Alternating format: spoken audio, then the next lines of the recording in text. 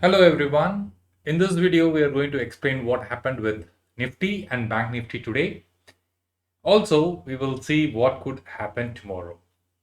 Let's start with Nifty. On the right side, you see the market started at a high note, but then it kept on falling consistently.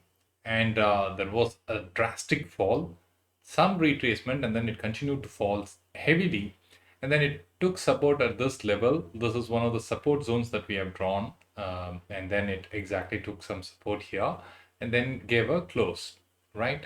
And you can also see the similar pattern happening in Bank Nifty as well. It had a you know large fall in first 15 minutes itself there was a 300 points fall, and then it kept on dragging down, and finally it gave a little positive close, but then it's nothing in terms of the kind of fall that it happened.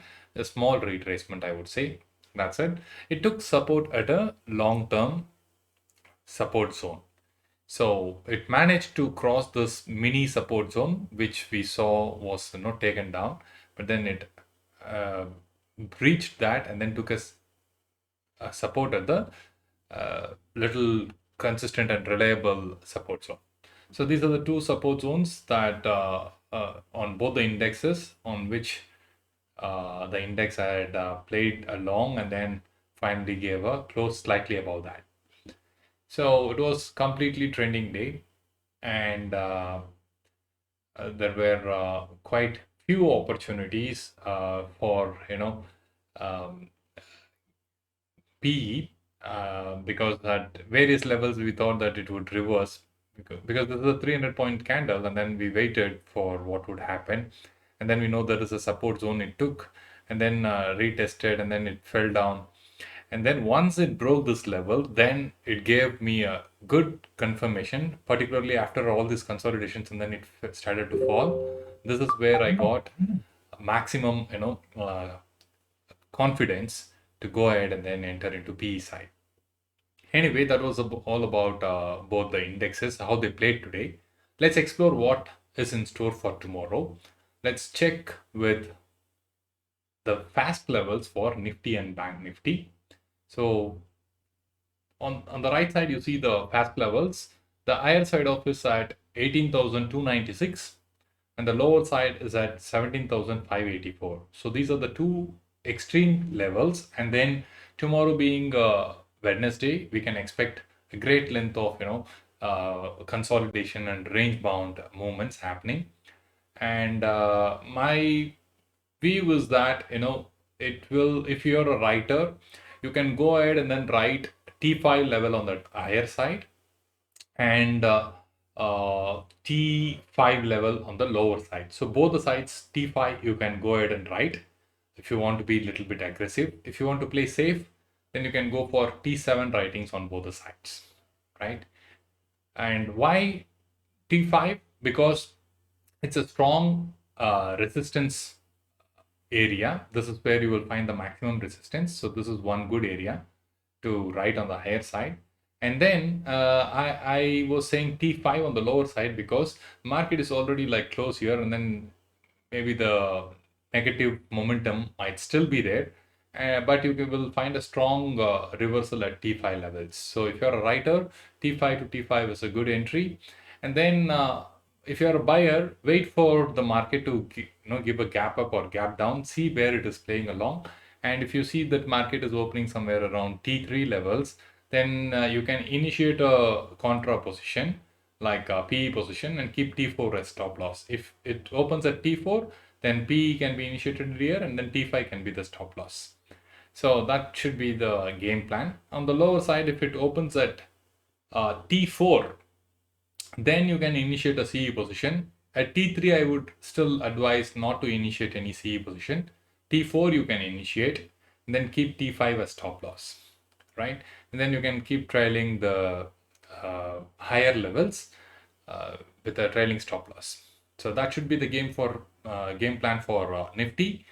Now let's see for Bank Nifty. Bank Nifty also had a similar continuation and support zones, everything. And let's look at the FASP levels. The FASP levels are at T7 to T7. Ranges are 42,625 on the higher side and 41,495 on the lower side. So this is the two extremes. Now, if you're a writer, you can go ahead and write T7 levels alone. Don't go for T6 levels in Bank Nifty because there is enormous amount of volatility in this market. Probably if you want to play a little bit safe, T7 can be initiated and then keep uh, 716, the yesterday's IS stop loss. And on the lower side, you can keep 450 as stop loss. Just keep 50 points as stop loss on the either side, and then you can start writing positions. So that's going to be the scene for writers. And if you're a buyer, then wait for the opportunities. There are great resistance levels, particularly at T2 level. Suppose there is a gap up opening of T2 or T3, wait for the first 15 minutes. Do not rush into the trade. Give away that 15 minutes and see where the market is heading. And if it is continuing to go up, just wait, and then you can initiate a contra position at T5. Best thing is that if you can get it at T6, nothing like it, because T6 is a very, very strong reversal. Multiple times we have seen how it has played out in last couple of sessions. T6 is a very strong reversal point. So if you don't want to get too early into the trade, then wait for T6. If you want to really play along the opening thing, then T5 can be one level of initiating a position, then T6 can be the second level, T7 will be the stop loss. So for PE position, right, you initiate a PE position here, then if it goes here, you initiate a second average, and T7 will be the exit. Probably if you want, you can, if you have some good capital, you can initiate one more and then keep 42,700 as stop loss, right?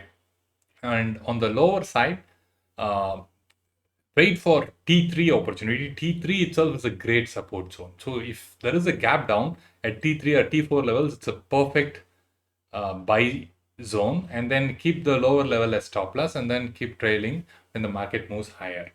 So that should be the game plan for Bank Nifty. So hope this wave helped.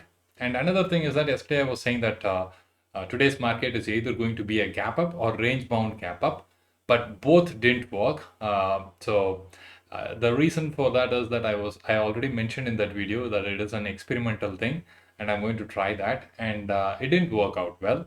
But luckily, I was able to close my trades with a little bit of positive profits.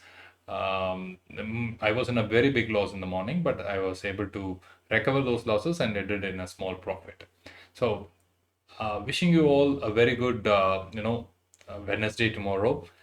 Play safe, and if do remember, if you're an option buyer, play it in the next week expiry or next month end expiry. Do not play in the current week expiry because the premium erosion will be faster on a Wednesday. Even if you get the entries right, you will still be making losses just because it's Wednesday. So all the very best to one and all, and looking forward to meet you all with another interesting video, and good luck.